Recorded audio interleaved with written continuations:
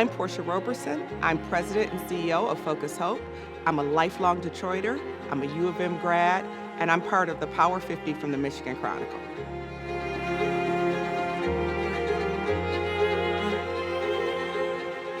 So I don't know if I would call it a barrier, but I think what I've learned over the course of my life, and certainly in my professional life, is to bring my authentic self to my job and giving people the space to bring their authentic self. I think it makes for a better workplace, it makes for better leadership, and I'm hoping that some of the folks that I lead now at Focus Hope are learning a little bit about that, about bringing themselves to work, bringing their ideas and who they are, how they represent to our job space so that they can flourish and ultimately Focus Hope flourishes even more.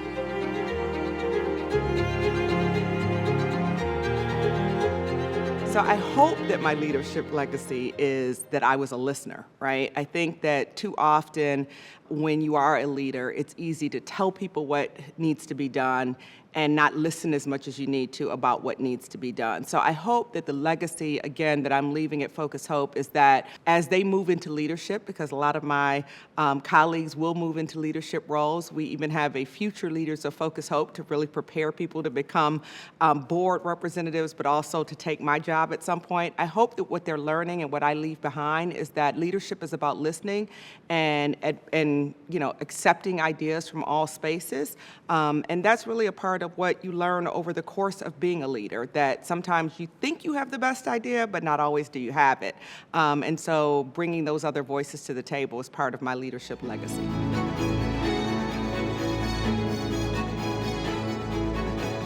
Well, I think it's certainly people will honor you for your influence, which is wonderful. I think I've been fortunate enough to have people who I've been in leadership with to tell me how much they either admire me or have worked for me and enjoyed it. So I think that's part of when I realized that maybe I was having a little bit more influence than I thought.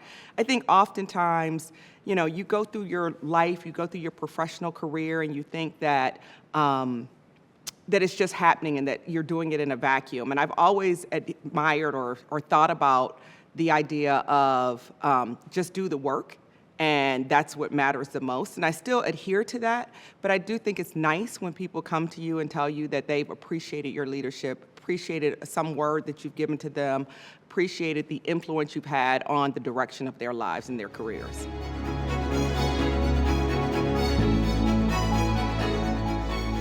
A couple weeks ago, I had the honor of getting an award, and I looked out, as I was accepting the award and thought, legacy is about how you leave the spaces when you're gone. And in this particular case, there was an incredible legacy of leadership and giving back. And I hope, for my sake, that that's what I leave behind, that, people look at what I've done, what work I've done, and hopefully it makes them feel good. Hopefully I have changed in the course of my leadership at Focus Hope, and the work that I've done and the friendships I've built, the people that have worked for me, that they really see themselves as doing a bit better than they were before they came to Focus Hope, before they met me. Because I really do think legacy is about how you leave this space when you're no longer there. So, I started my career as a criminal defense attorney in my own private practice. I've had a number of jobs since then, including the honor of being a part of the Obama administration. And I think, so much of that has been about service. I mean, when I look back at my career, most of it has been in public service, if not all of it. Even my time at the Detroit Medical Center as Associate General Counsel, I was at a hospital that at that time was a nonprofit hospital. So we were always thinking about, and I've always been thinking about, how to continue that public service. And I think it's just grown over the course of my career, whether it was starting out representing people who may or may not have been able to afford their own counsel, or whether that's been at the prosecutor's office helping victims. It has all been about service to our community, and I think the Power 50 just exemplifies that in so many ways. And so many of the folks that are a part of the Power 50 for the Michigan Chronicle are really about public service and what they can do to give back. And so that has been the trajectory of my career. It has continued into my role now as CEO of Focus Hope, and I think it will continue for the rest of my life. That's a tough one because I've gotten so many good pieces of advice. I often am reminded that my dad used to say to us, do not worry about being liked, worry about being respected. And that meant being true to your word, doing the things you say you're going to do. It wasn't about a power play so much, but it was about having people understand that when you tell them you're going to do something, you follow through and get it done. When you commit to something, you follow it all the way through. And I think that's some advice that's stayed with me because it is easy, especially in so much of our social media world, to look for those likes, which are great. And I know there's an endorphin rush that comes from that, but really hoping that people respect the work you do and the person that you are is very important to me. And I think it's probably the advice that rings true to me most often. Not that I haven't gotten great advice from other sources, but I'm a daddy's girl, so that was great advice from my dad. I think oftentimes when younger people come to me and ask me, how do I get where you are? I tell them it's going to take a lot of time and some patience and some jobs that maybe are not the perfect fit for you, but you're finding your way.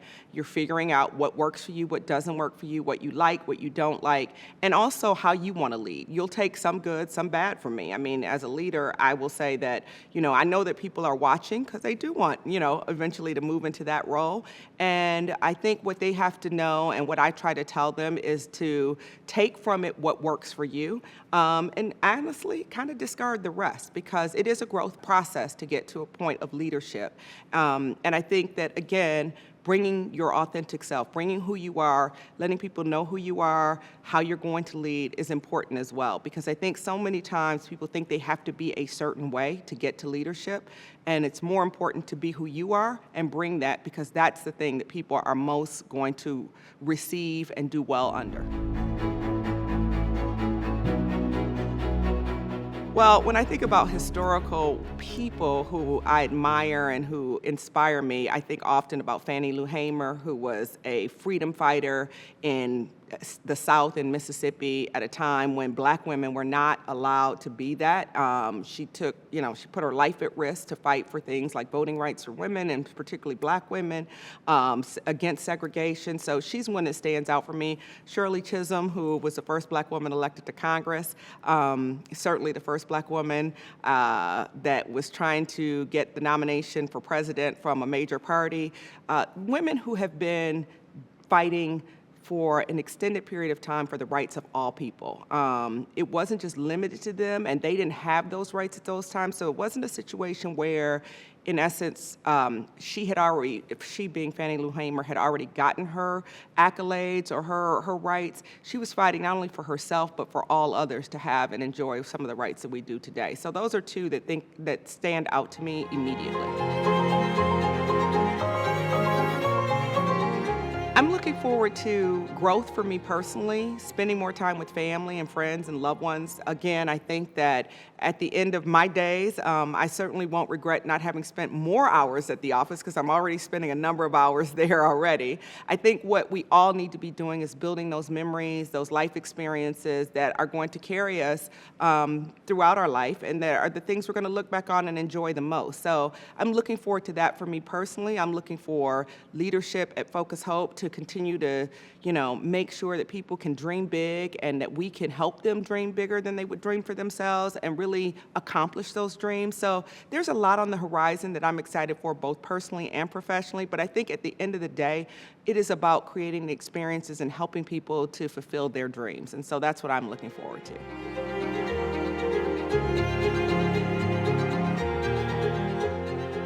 So being part of the Power 50 and being recognized by the Michigan Chronicle is such an incredible honor. One, because it's from your peers and it recognizes the fact that you do have influence and power in this community and you can use it to make sure that our community continues to grow and thrive. The Michigan Chronicle has been a part of my life since I was born. My parents got it every week, and so being a part of that Power 50, being recognized as that, sort of makes me think about my parents who are no longer with me, but also reminds me, again, how much there is left to do for our communities.